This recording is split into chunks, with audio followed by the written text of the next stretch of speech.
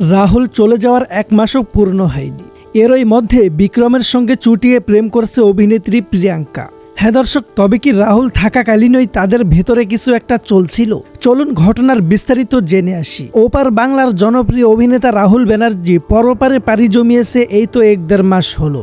এরই মধ্যে স্ত্রী প্রিয়াঙ্কা নতুন সম্পর্কে জড়িয়েছে। জানা গিয়েছে নিজের সহ অভিনেতা বিক্রমের সঙ্গেই চুটিয়ে প্রেম করছে এই অভিনেত্রী।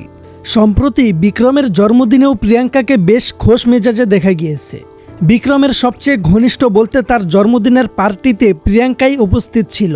শুধু তাই নয়, দুজনের জামার কালারও মিলিয়ে পড়েছে, যেন এই জন্মদিন নিয়ে তাদের দুজনের দীর্ঘদিনের প্ল্যান চলছিল। জানিয়ে রাখি, বিক্রমের সঙ্গে প্রিয়াঙ্কার ঘনিষ্ঠতা বাড়ে তার কাটা ওয়েব সিরিজের কাজ করার মাধ্যমে। বিভিন্ন ঘনিষ্ঠ মহল থেকে এও শোনা যাচ্ছে বিক্রমের সঙ্গে কাজ করা নিয়ে নাকি রাহুলের প্রিয়াঙ্কার সঙ্গে ভালোই দ্বন্দ্ব লেগে থাকতো। এই নিয়ে তাদের সংসারে অশান্তিও চলছিল। এসব নিয়ে মানসিকভাবে ভুগছিলেন রাহুল ব্যানার্জি। তবে কি আসলেই তখন থেকেই প্রেমের সম্পর্কে জড়িয়ে পড়ছিল বিক্রম প্রিয়াঙ্কা, নাকি তাদের সম্পর্কটা শুধুই বন্ধুত্বপূর্ণ সম্পর্কে আটকে আছে? দর্শক, আপনাদের কাছে কি মনে হয়? অবশ্যই আপনাদের মতামতটি কমেন্টে জানাতে ভুলবেন না।